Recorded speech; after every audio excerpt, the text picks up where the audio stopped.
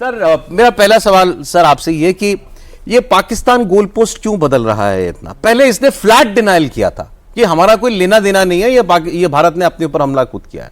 फिर उसके बाद अब अचानक जांच की मांग करने लगा। जो ये अटैक हुआ था उसके बाद इमीडिएटली हमारे सिक्योरिटी फोर्सेस और इंटेलिजेंस एजेंसीज ने जिस तरह से इन्वेस्टिगेशन किया है तेज़ी से, उससे एक बात ये साफ हो गई थी कि इसमें डायरेक्ट पाकिस्तान का इन्वॉल्वमेंट है और डायरेक्ट आईएसआई का इन्वॉल्वमेंट है। और एक बार जब डायरेक्ट आईएसआई का इन्वॉल्वमेंट, उसके बाद ये भी आया कि उसमें दो जो टेररिस्ट थे जो अभी भी पकड़े नहीं गए हैं जी, वो दो पाकिस्तान आर्मी के हो सकते हैं, एसएसजी के हो सकते हैं। और अगर ये ऐसा है तो थोड़े ही समय में प्रूफ और आगे आएगा। दूसरा, जो लेटेस्ट मैंने इनपुट सुनी है वो ये कि इन लोगों ने अभी भी ये कांटेक्ट में है पाकिस्तान के, तो कुछ एनक्रिप्टेड रेडियोज ये यूज़ कर रहे हैं जी, जिनसे वो पाकिस्तान के कांटेक्ट में रह रहे हैं। तो जैसे जैसे एविडेंस बढ़ता जा रहा है, पाकिस्तान को ये लगने लगा है कि भाई अब आप है ना रेड हेरिंग या हुडविंक नहीं कर सकते इस देश को। और जैसे जैसे एविडेंस बढ़ता जाएगा वैसे ही इस देश को कॉन्फिडेंस ये आएगा कि इंटरनेशनल कम्युनिटी में हमारे ऊपर जो कॉन्फिडेंस है और जो सपोर्ट है वो जाएगी नहीं। एक ही चीज़ हो सकती है, जैसे समय जा रहा है कि बाकी देश पूरा ग्लोबल वर्ल्ड में ये हो कि भाई अब समय जा रहा है, थोड़ा समय चला गया है तो थोड़ा रिस्ट्रेंट दिखाइए आप।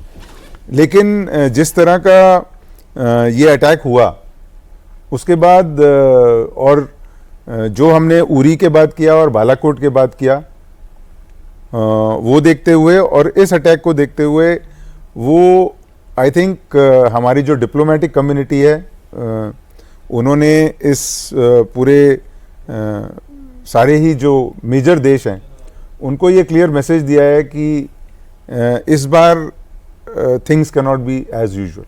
सर वैसे कहते हैं आम बोलचाल में, अगर कोई व्यक्ति आपको बेवकूफ़ बना ले पहली बार तो शायद आप भोले थे, आपकी भलमन साथ थी। अगर वो आपको दूसरी बार बेवकूफ़ बना दे वही आदमी, तो आपकी गलती थी, भूल थी आपकी। और अगर वो आदमी आपको तीसरी बार भी बेवकूफ़ बना दे तो आप बेवकूफ़ हैं। तो भारत अब उस स्टेज पर आ चुका है। मैं आपको कुछ उदाहरण देता हूं। 26/11 का हमला हुआ, 26/11 के हमले के बाद हमने इनको 15 फाइलें उठा करके एविडेंस का दिया था, जिसको पाकिस्तान ने मानने से इनकार कर दिया। जब हमारे पास पाकिस्तान का जिंदा आतंकवादी था अजमल आमिर कसाब, जिंदा आदमी, और उसको पाकिस्तान के लोगों ने ढूंढ निकाला था कि ये इसका घर है, ये इसका गांव है, ये इसकी माताजी, ये इसके पिताजी। पाकिस्तान तब भी नहीं माना था।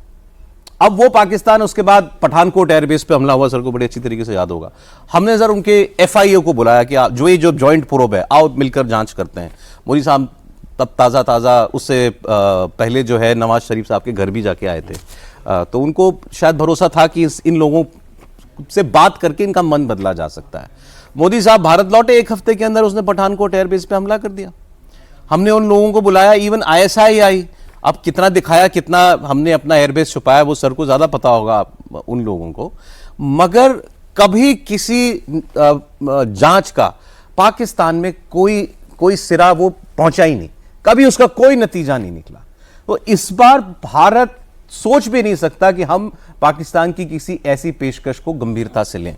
सर देखिए सौरभ, कैसी जांच, किसकी जांच, और पाकिस्तान कैसे, मतलब ऐसी बात भी आ सकती है। ये तो देखिए सौरभ, मैं भारत का जो डेमोक्रेटिक ढांचा है, भारत का जो स्तंभ है, फोर्थ स्तंभ मीडिया है, और जिसने भारत के लोगों में पैशन दे दिया है कि भाई कोई हमें जांच की जरूरत नहीं है, हमें मालूम है पाकिस्तान ने किया है। और ये जो पीछे 7-8 दिन में जो साइकोलॉजिकल वॉरफेयर हमारे मीडिया ने, इसमें कोई हमारी मिलिट्री इंटेलिजेंस या कोई हमारी किसी एजेंसी नहीं सपोर्ट कर रही कि भी उन्होंने इंफॉर्मेशन मिले, साइकोलॉजिकल वॉरफेयर स्टार्ट किया। ये तो हमारे मीडिया ने, हमारे एंकर्स ने, हमारे जो रिटायर्ड ऑफिसर्स हैं और जो कंप्लीट कंट्री में जो माहौल बना है, पाकिस्तान का इस पर असर है। पाकिस्तान इससे घबराया हुआ है कि अगर देश में इतना एंगर है, देश में एंगर था, पुलवामा के बाद भी था।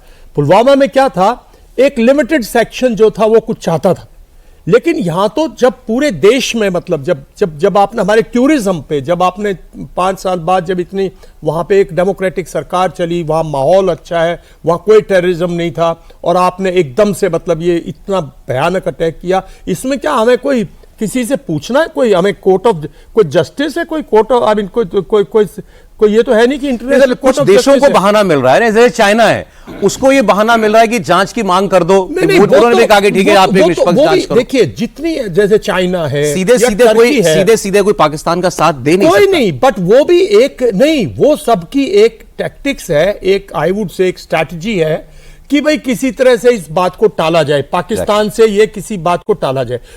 इंटरनेशनल कम्युनिटी, ये आज के दिन अगर आप लोगों से पूछो, कभी बाहर फोन करो 2-4 लोगों से, किसी से बात करो, जैसे मैं अभी आते हुए किसी रशियन से बात कर रहा था, वो कह रहा था मतलब उनके हिसाब से था कि आपकी सेना भी अब बिल्कुल तैयार है, मतलब आप भी, मतलब वो मेरा फ्रेंड है, कि आप लोग भी अब, हमने कहा हाँ बख्शेंगे नहीं, बिकॉज कॉज ऐसा है, कब तक माफ करोगे? क्या कोशिश नहीं की आपने? आपने पिछले 25-30 साल में मुझे बताइए, आपने पॉलिटिकली ट्राई किया, उससे पॉलिटिकल डिप्लोमेसी स्टार्ट की, आपने डिप्लोमेसी कंप्लीट स्टार्ट की, आपने इकोनॉमी का, आपने बैक चैनल, आपने इंटेलेक्चुअल, ये आपने स्पोर्ट्स, क्या नहीं ट्राई किया पाकिस्तान के साथ आप? और अब तो ना आपके पास कुछ है, ना इकोनॉमिक रिलेशंस है ऐसे, ना आपके डिप्लोमेटिक रिलेशंस हैं ऐसे, और वाटर इज वन, वो जिसका असर पड़ेगा 2-4 साल तक लगेगा उसको बिल्कुल सूखने में। बट मेरा मानना है कि अब जब हमारे पास, जब वो किसी बात से माना ही नहीं है, तो हमारे पास तो एक ही इलाज है। उसका इलाज क्या है बताइएगा? या तो भारत सफर करता रहे, और सबसे बड़ी बात यह है कि आज पाकिस्तान ये समझता है कि भारत का नागरिक कहता है कि हम नहीं सफर करेंगे, और अगर हमारी सरकार हमें अब भी इसका कोई रास्ता नहीं निकालेगी, तो हो सकता है हमारे लोग, हमारी डेमोक्रेसी है ना, हो सकता है हमारे लोग हमारी सरकार में ट्रस्ट छोड़ दें। तो क्या एक प्राइम मिनिस्टर जिसने एक ट्रस्ट बिल्ड किया, एक लीगेसी बिल्ड किया, क्या वो अपनी लीगेसी को इतनी जल्दी, मतलब अपना जो उनका कंप्लीट वो है, उसको एकदम खोने देगा?